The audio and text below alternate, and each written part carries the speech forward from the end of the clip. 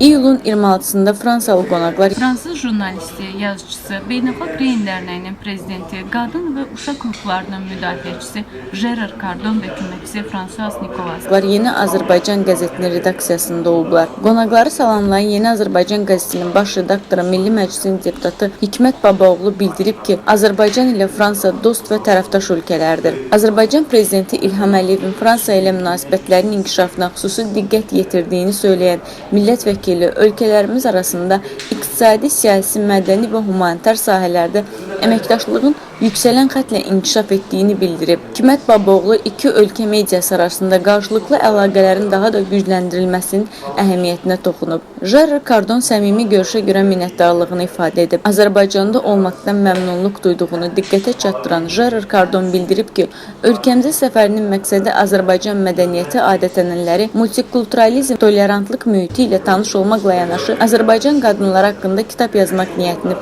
reallaşdırmaqdadır. Gerard Cardon diqqətə çatdırıb ki, Azərbaycan qadınlarına həsr olunmuş əsəri iki hissədən ibarət roman şəklində yazmağı planlaşdırır. Birinci hissədə Azərbaycan qadınlarının həyatı, ailədə cəmiyyətdə rolu, onların hüquqlarının qorunması işıqlandırılacaq. İkinci hissədə isə Ermənistanın Azərbaycan torpaqlarını işğal etməsi nəticəsində doğma yurdundan dərgin düşən Xocalı faciəsi zamanı ermənilər tərəfindən yaxınları, ailə üzvləri qətl edilən, müsibətlərlə üzləşən qaçqın Azərbaycan qadının taleyi yer alacaq. İyulun 26-sı günün ikinci yarısından 27-si günün birinci yarısına kimi qonaqlar milli adət-ənənələrlə tanışlıq məqsədi ilə İsmayılı rayonunda olublar.